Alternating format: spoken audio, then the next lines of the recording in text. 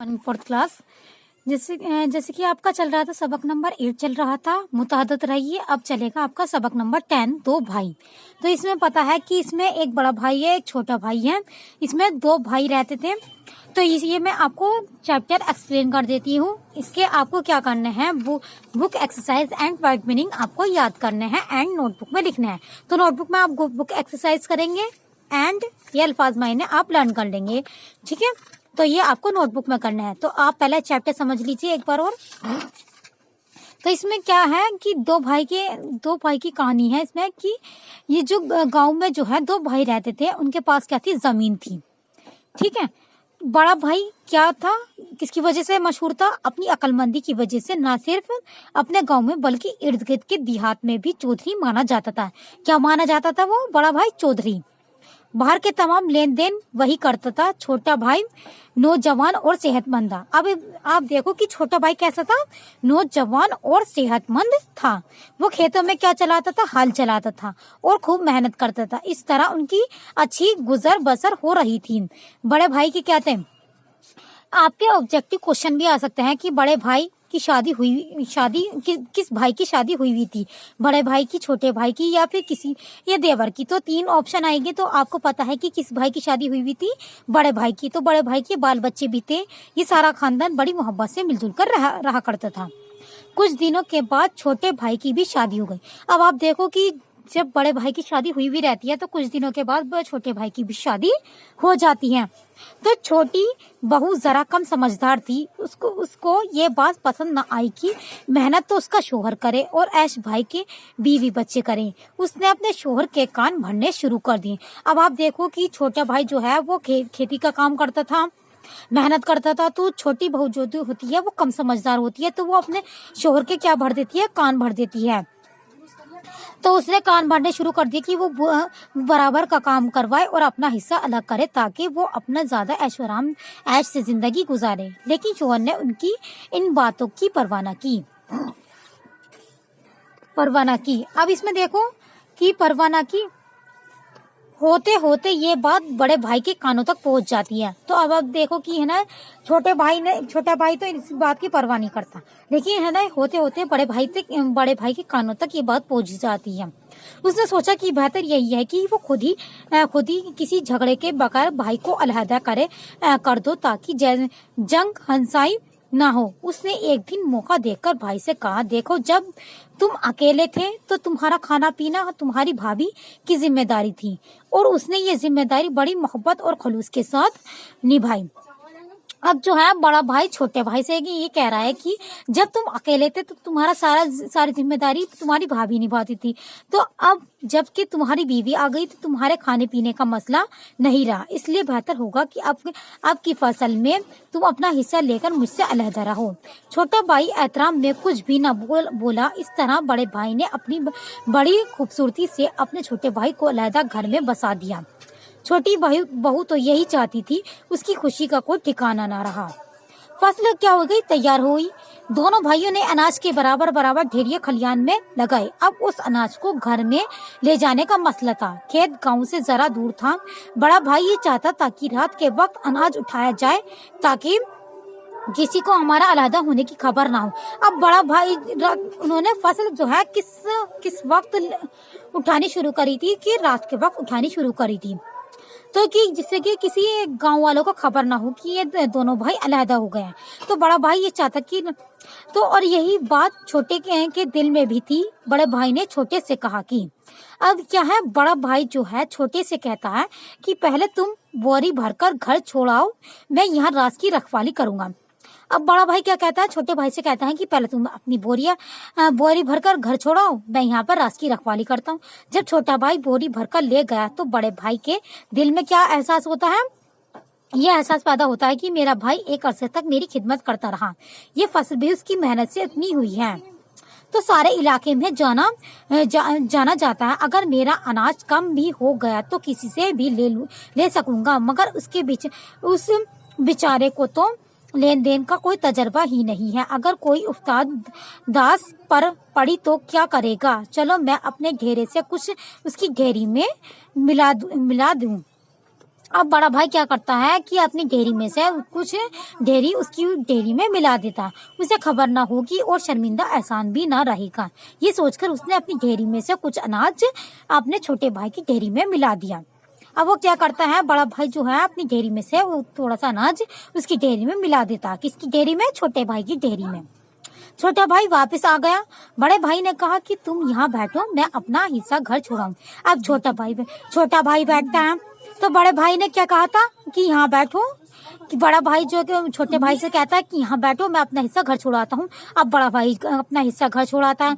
बड़ा भाई अपनी बोरी भर कर ले गया। उसके जाने के बाद छोटा भाई सोचने लगा। अब आप देखो कि जिस तरह बड़ा भाई सोचता है उसी तरह छोटा भाई सोचता है।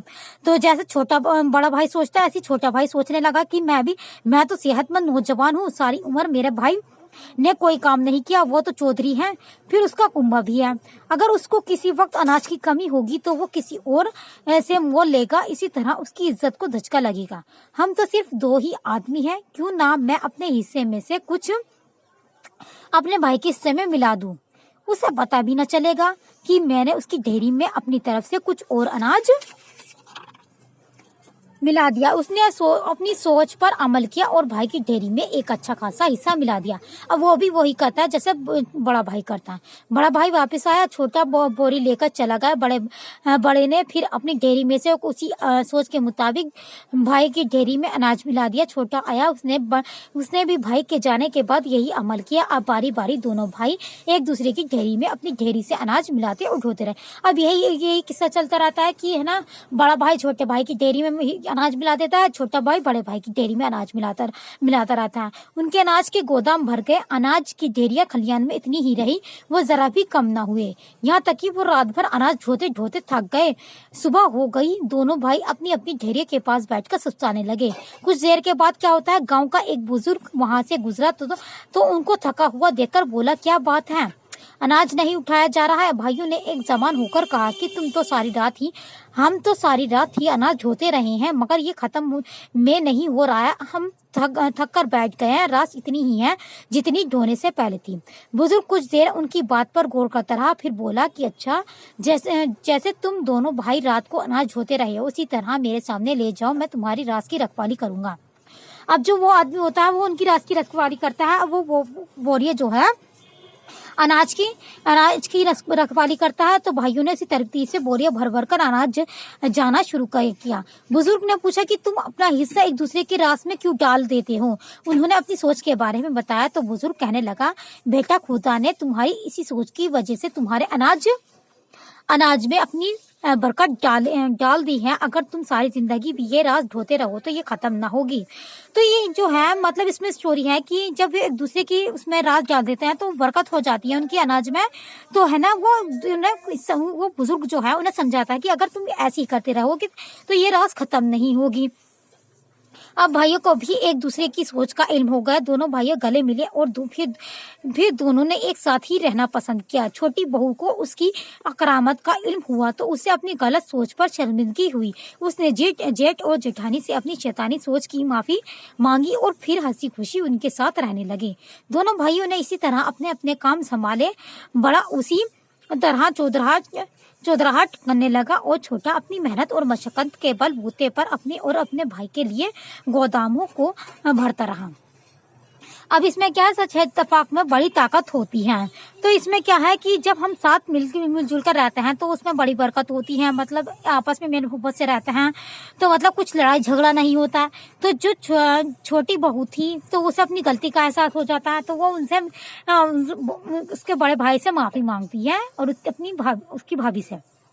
तो ये था स्टोरी।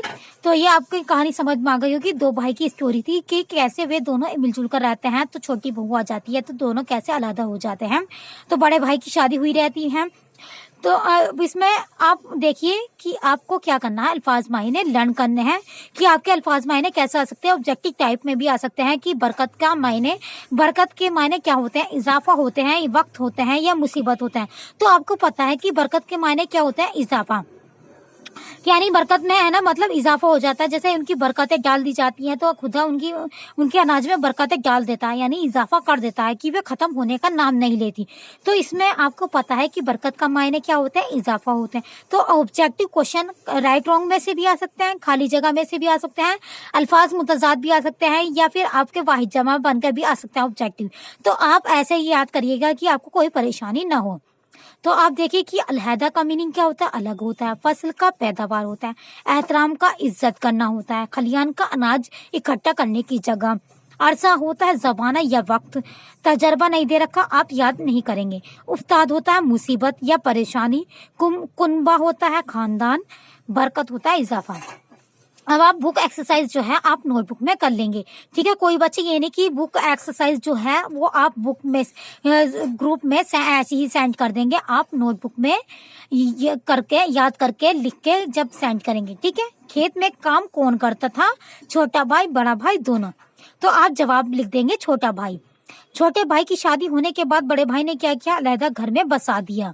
तो जवाब आप बस सिर्फ आप जवाब लिखेंगे, दोनों भाई अनाज कब उठाना चाहते थे, रात के अंधेरे में, ठीक है। इसमें खाली जगह देखिए, छोटा भाई नौजवान और क्या था, सेहतमंद था। दोनों भाई ने अनाज के बराबर बराबर क्या लगाई थी, ढेरिया खलियान में लगाई। बड़े भाई ने कहा कि तुम यहाँ बैठो, मैं अपना डैश ले घर छोड़ाऊं क्या हिस्सा। भाइयों ने उसी तरतीब से डैश भर भर कर जाना शुरू किया था, बोरियां। अगर तुम सारी जिंदगी भी ये डैश उठोते रहो तो ये खत्म न होगी क्या रास। तो अल्फाज की जमा लिखनी है, ढेरी भाई करामत मुशक्कत तरतीब। इसमें क्या करना है, मुज़क्किर मोनिस जैसे लिंग बदलो, हिंदी में होता है मैस्कुलाइन फेमिनाइन होता है आपका। तो इसमें आपको क्या करना है, जैसे कि आपका मुज़क्किर का मोनिस इसमें से आपका ऑब्जेक्टिव बन के भी आ सकता है, अल्फाज के मुतजाद भी आ सकते हैं, कि इसमें से क्वेश्चन आ जाएगा कि मुदर्रज ज़ेर अल्फाज पर किस अल्फाज पर जबर लगी हुई है। तो ये आपको मैंने करा रखा नहीं, लेकिन आप एक बात समझ लीजिए, ये इमला दुरुस्त भी आ सकता है कि मुदर्रज ज़ेर किस कौन सा इमला दुरुस्त है। जैसे शोहर का इमला कौन सा दुरुस्त है, शोहर है, तीन लिखे हुए आ सकते हैं। तो आपको पता है, तो आपको ये किस में करना है, ये नोटबुक में आपको करना है, ठीक है। ये आपकी समझ में आ गया होगा। अल्फाज मुतजाद क्या होते हैं, जिद भी आ सकता है या मुतजाद लिखा हुआ आ सकता है। तो आपको बड़ा का छोटा, खुश का दुख, पसंदीदा का नापसंदीदा, मशक्कत का सुबह का शाम। तो ये आपको नोटबुक में करना है। किसी को कोई प्रॉब्लम हो तो आप मुझसे जूम क्लास पर डिस्कस करिएगा, ठीक है। Thank you.